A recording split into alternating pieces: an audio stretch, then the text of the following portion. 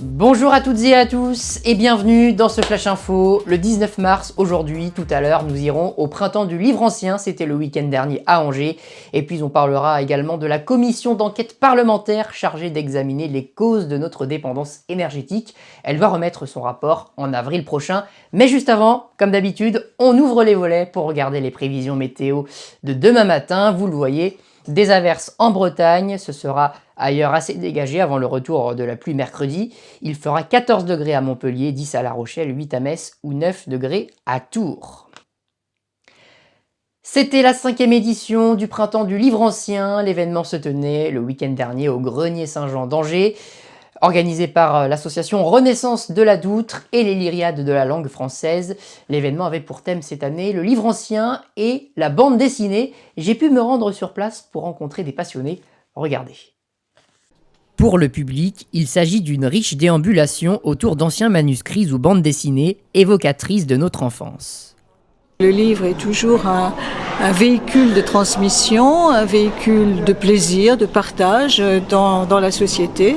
Il y a des intervenants dans les métiers du livre, relieurs, il y a 2 relieurs, une enlumineuse. Mais aussi des collections authentiques qui renvoient à notre histoire industrielle, voire politique. Ce salon nous permet aussi de comprendre l'avènement de la BD au XXe siècle, lié à l'essor de la caricature de presse. Donc je suis là pour une démonstration, je réalise une bande dessinée sur place, qui fait d'ailleurs un petit peu hommage à la bande dessinée historique de ses débuts.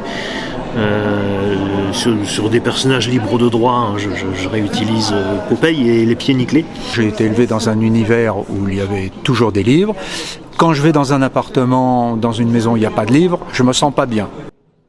Notre chemin croise celui d'une artisante relieuse. On va poser le livre dans un étau et on va taper sur le livre pour lui donner cette forme arrondie. J'ai mon atelier à Angers depuis 2018 et donc je fais de la reliure traditionnelle, de la restauration, donc des petits livres, enfin des livres qui sont déjà reliés qu'on veut restaurer parce qu'ils sont abîmés avec le temps. Cette année, plus d'1 millier de visiteurs se sont rendus à ce salon. Attention, roulement de tambour, petite annonce maintenant pour vous dire que le 10 juin prochain, le samedi 10 juin prochain, entre 10h et 20h, la fête du port sera de retour à Angers à la Cale de la Savatte. 2e édition avec cette année, vous le voyez en exclusivité, l'affiche. Au programme, un marché flottant et des puces nautiques. L'invitation est donc lancée et j'aurai certainement l'occasion d'y aller pour ce Flash Info, un événement organisé par l'association de la Batellerie. C'est inédit, sous la 5e République, 2 anciens présidents ont donc répondu cette semaine aux questions de la commission d'enquête parlementaire chargée d'examiner les causes de notre perte de souveraineté énergétique. Je veux parler de Nicolas Sarkozy et de François Hollande. Alors l'occasion de faire un petit état des lieux sur les chiffres à propos justement de cette perte de souveraineté énergétique. Regardez. Jour, nuit. Cet hiver, personne n'a manqué de courant. Cela est en partie expliqué par notre dépendance envers nos voisins européens pour importer de l'électricité. Du jamais vu en 30 ans où, selon RTE, 62,7% de notre électricité était d'origine nucléaire l'an dernier. Sur les 56 réacteurs de notre parc, jusqu'à la moitié étaient à l'arrêt en fin d'année.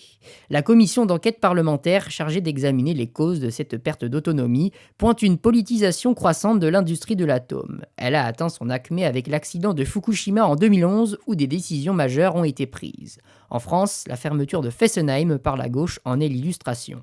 Tout comme le fiasco de l'EPR de Flamanville où, faute de soudeurs et d'ingénierie, son coût s'élève aujourd'hui à 13,2 milliards d'euros.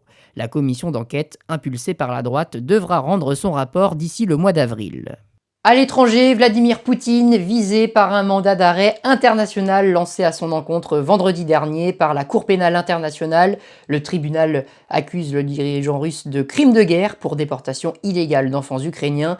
Une décision jugée nulle et non avenue par le Kremlin, alors que donc Vladimir Poutine, vous le voyez sur ces images, s'est rendu ce week-end en Crimée et à Marioupol, ville martyre tombée en mai dernier, en mai 2022. Vous le voyez ici au volant de sa voiture dans les rues de la ville.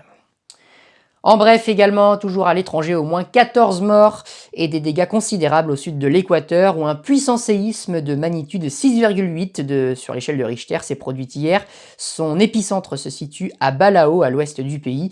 En 2016, une secousse de 7,8 sur l'échelle de Richter avait causé la mort de 673 personnes.